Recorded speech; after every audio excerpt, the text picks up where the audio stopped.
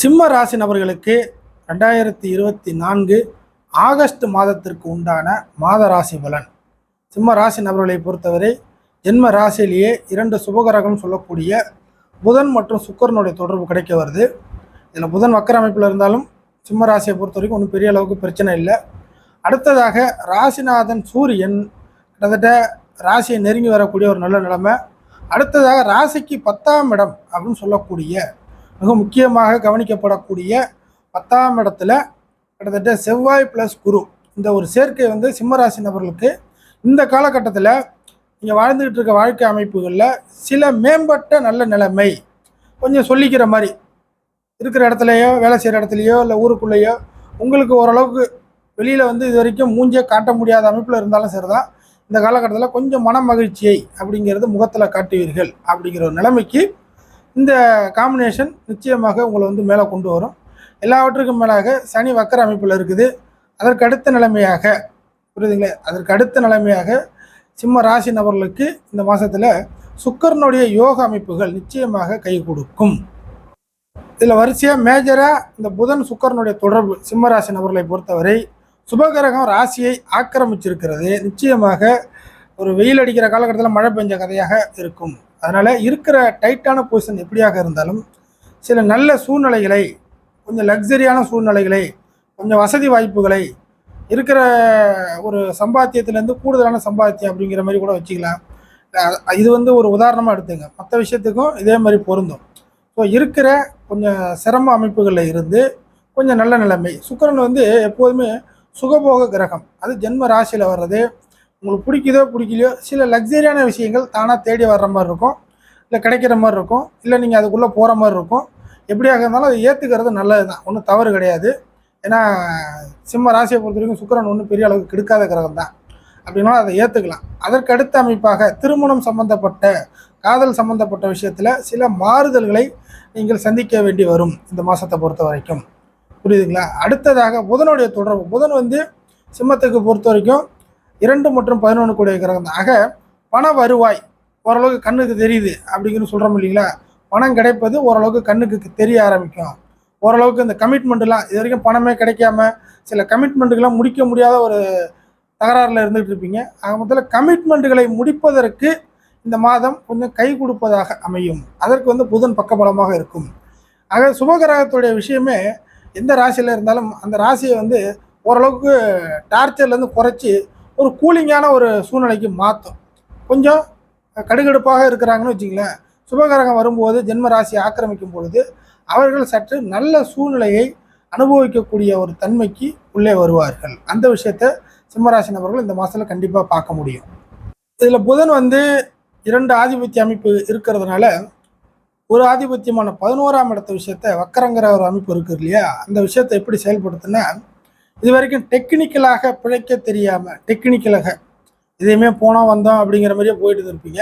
ஆக டெக்னிக்காக எப்படி பிழைக்க வேண்டும் என்ற ஒரு நுணுக்கத்தை, சில ஐடியாக்களை இந்த புதன் தான் கொடுக்கும் இந்த மாதத்தை பொறுத்த வரைக்கும். அது உங்களுக்கு உபயோகமாக இருக்கும். அதே சமயம் சிம்மராசினவெல்லாம் பலருக்கும் அந்த கடன் பிரச்சனை, கொடுத்த வாக்கு நிறைவேற்ற முடியாத சில சூழ்நிலை, இதெல்லாம் போட்டு நிறையா மாட்டிகிட்டு முடிச்சுட்டு இருப்பீங்க.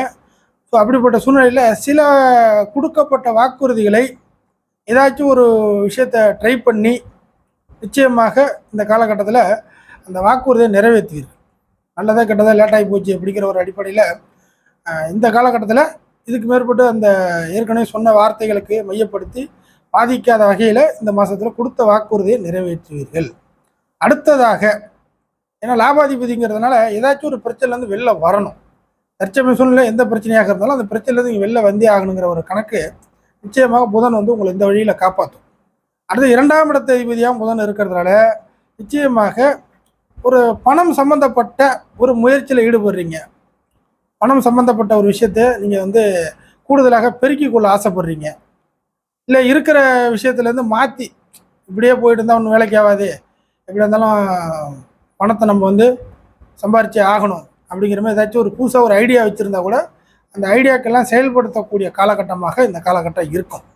ஒரு சில நபர்களுக்கு வாகன அமைப்பின் மூலியமாக யோக அமைப்புகள் இருக்கும். இது வரைக்கும் நடந்து போயிட்டு இருந்த நபர்களாக இருந்தாலும் சரிதான், ஒரு வாகன அமைப்பு சரியான ஒரு முறையில் இல்லாமல் கொஞ்சம் பழைய அமைப்புல இருந்தால் சரிதான். எது எப்படியா இருந்தாலும் ஒரு புதுமையான ஒரு இருக்கிற சூழ்நிலையிலேருந்து வாகனத்தை ஒரு சொகுசு தன்மையாக மாறக்கூடிய அமைப்புகளுக்கு நீங்கள் உள்ளே வருவீர்கள். ஒரு சில உதவிகளும் அதுக்காக கிடைக்கும், அதை நீங்கள் பயன்படுத்திக்கலாம். ஆக ரிஷபத்தில் இருக்கக்கூடிய இந்த காலகட்டம் நிச்சயமாக பயனளிக்கிற வகையில் இருக்குது. என்னென்ன விஷயங்கள்னு பார்த்துடலாம். ஃபஸ்ட்டு விஷயம் காரக விஷயங்கள். செவ்வாயோட காரகமான நிலம், பூமி, கட்டடம், உறுதியான பொருட்கள், இரும்பு, அதாவது பார்த்திங்கன்னா இரும்புலேயே இந்த கரண்ட்டு சப்ளை ஆகக்கூடிய அந்த மாதிரியான விஷயங்கள் எல்லாமே இதெல்லாம் வந்து கை கொடுக்கும் சிம்மராசி நபர்களுக்கு. அதே சமயம் ஏதேனும் ஒரு விஷயத்தில் மேல்நிலைக்கு வர முடியவில்லை, உயர்நிலைக்கு வர முடியவில்லை, நிறையா திறமைகள் இருக்குது, வாய்ப்புகள் இருக்குது, பயன்படுத்துகிறேன், நிறைய எஃபர்ட் போடுறேன், நல்லா உழைக்கிறேன், ஆனால் நான் இருக்கிற டிபார்ட்மெண்ட்டில், நான் இருக்கிற துறையில் ஒரு உயர்நிலைக்கு வர முடியவில்லை அப்படிங்கிறவங்களுக்கு அந்த வருத்தங்கள் நீங்கிற வகையில் இந்த மாதத்தில் ஒரு நல்ல செய்தி கிடைக்கும் அப்படிங்கிறத வச்சுக்கலாம். அடுத்ததாக புதிதாக வேலை தேடி அடைஞ்சிக்கிட்டு இருக்கிறவங்களுக்கு இந்த காலகட்டத்தில் நிச்சயமாக ஒரு வேலை வாய்ப்பு கன்ஃபார்மாக வந்து சேர்ந்துவிடும். இல்லை என்றால் கொஞ்சம் இதுக்கு முன்னாடியே சேர ஆரம்பிச்சிருப்பீங்க, அது உங்களுக்கு இப்போதைக்கு பிரயோஜனமாக ஒரு நல்ல ஒரு மகிழ்ச்சியான ஒரு நிலைமைக்கு போயிட்டுருக்கும்.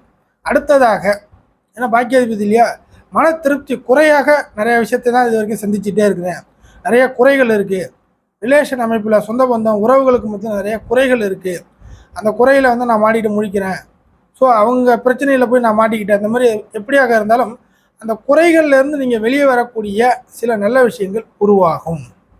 அடுத்ததாக சிம்மராசிக்கு 4ஆம் இடத்து விஷயங்கள், இந்த வீடு, வாகன அமைப்பு, இடம், வசிக்கிற இடம், இந்த மாதிரி விஷயங்கள்ல ஏதாச்சும் ஒரு கடினமான தன்மை, நீங்கள் வந்து அந்த லக்ஸரியான சூழ்நிலை இல்லாமல் ஒரு கஷ்டப்பட்டுக்கிட்டு ஒரு தூங்குற இடத்துல கூட பிரச்சனையாக இருக்குது அப்படிங்கிறவங்களுக்கு இந்த மாதத்தை பொறுத்த வரைக்கும் ஒரு நல்ல ஒரு நிலைமையாக இடம், வசிக்கிற இடம், புதுசாக வாங்கக்கூடிய இடம், இந்த மாதிரி எதுவாக வேணுமானு எடுத்துக்கலாம். ஒரு வாடகை வீட்டில் இருந்து இன்னொரு வாடகை வீட்டு கூட மாறுவீர்கள். ஏன்னா இருக்கிற வாடகை வீடு சரியில்லை அப்படிங்கிற பட்சத்தில் உங்களுக்கு பிரச்சனை அதிகமாக இருக்கும். அந்த மாதிரி ஏதோ வசிக்கிற இடத்தை மாற்றிக்கொள்ளக்கூடிய நல்ல நிலைமைக்கு சிம்மராசி நபர்கள் உள்ளே வர்றீங்க. குருவோடைய தொடர்பு உங்களுக்கு நிச்சயமாக நல்ல பலன் அளிக்கும்.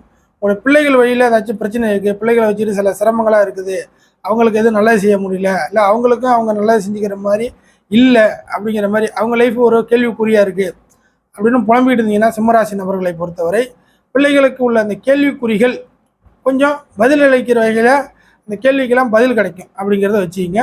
ஸோ சிம்மராசி நபருடைய வாரிசுகளுக்கு ஒரு நல்ல ஒரு சூழ்நிலைகள், கொஞ்சம் ஆக்டிவாக இல்லாமல் இருந்தால் கூட ஏதாச்சும் ஒரு விஷயத்தில் சோகமாக இருப்பாங்க.